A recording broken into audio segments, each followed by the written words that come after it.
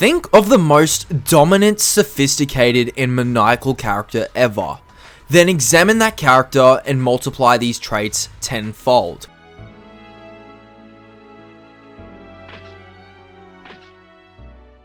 Perfect Cell is the best, most meticulous, calculated villain in the whole Dragon Ball franchise, and it is for this very reason his name is held in high regard for its ineffable character impact.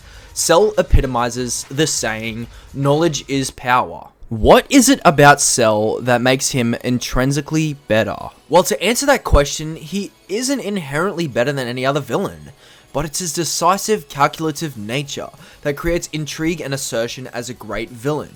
He is a bio-android whose purpose was to eliminate Goku as a revenge plot for the Red Ribbon Army, and Dr. Gero's ultimate successor.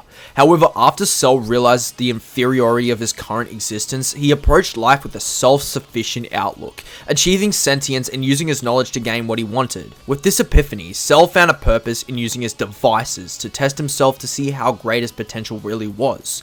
To exemplify this, the Cell games are a representation of Cell's boredom with constant improvement and the desire for true competition.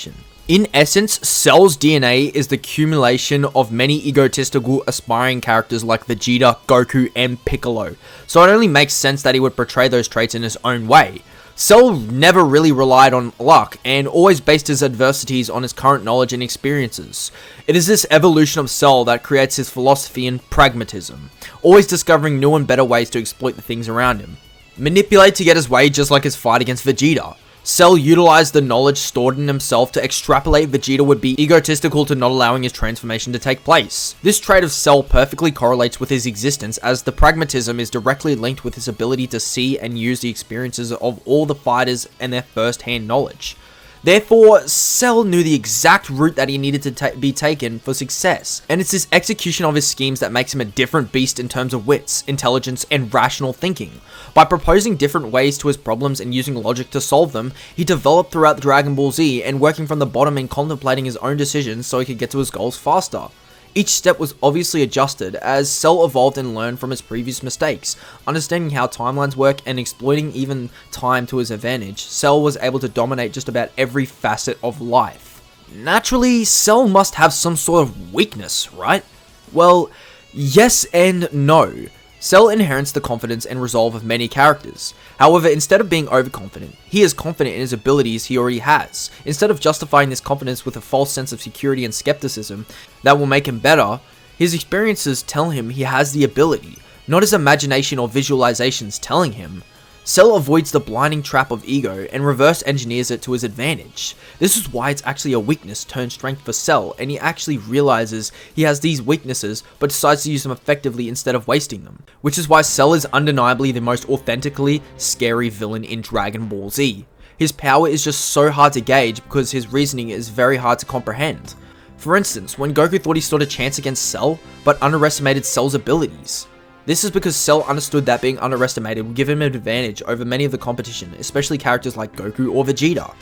But this was only the tip of the iceberg when it comes to Cell's perspicacity. He is extremely perceptive and intuitive. In the fight against Gohan, he could sense he was holding back. Cell didn't make a mistake by psychologically manipulating Gohan, he made a miscalculation, a mishap in his plans, which caused the ultimate demise. Cell understood the possibility of a character stronger than him, but it was this curiosity to see the power and in every fiber of his being which made him destroy himself, as he was fundamentally too perfect to understand his own failures. He literally could not die even when he wanted to. By blowing himself up, he used it as a last resort, and afterwards, that's when he truly grasped an understanding of his own abilities and became perfect.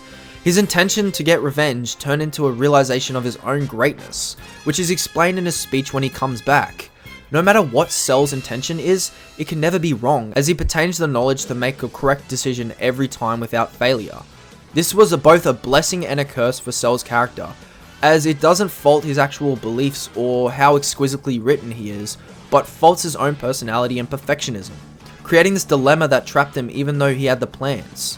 By making these false expectations, Cell inadvertently ruined his progression to destroying and finding a new competition. He did not take it into account, and from that miscalculation was born.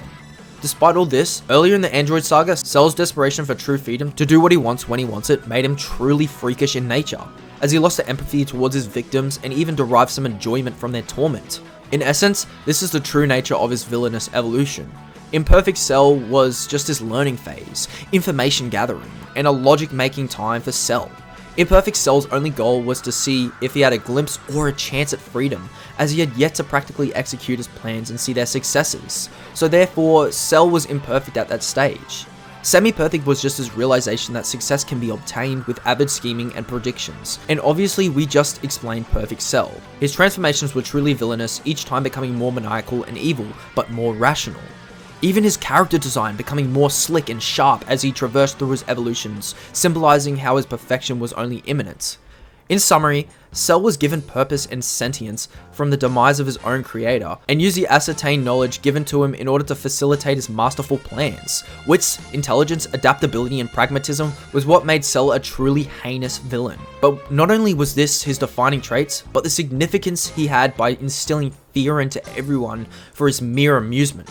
His transformations, planning, even in other timelines, and cold calculativeness made him a force to be reckoned with, and this is why Cell is the best villain in Dragon Ball Z. If you enjoyed the video, I would highly appreciate it if you could just drop a like and a sub, as always, and peace!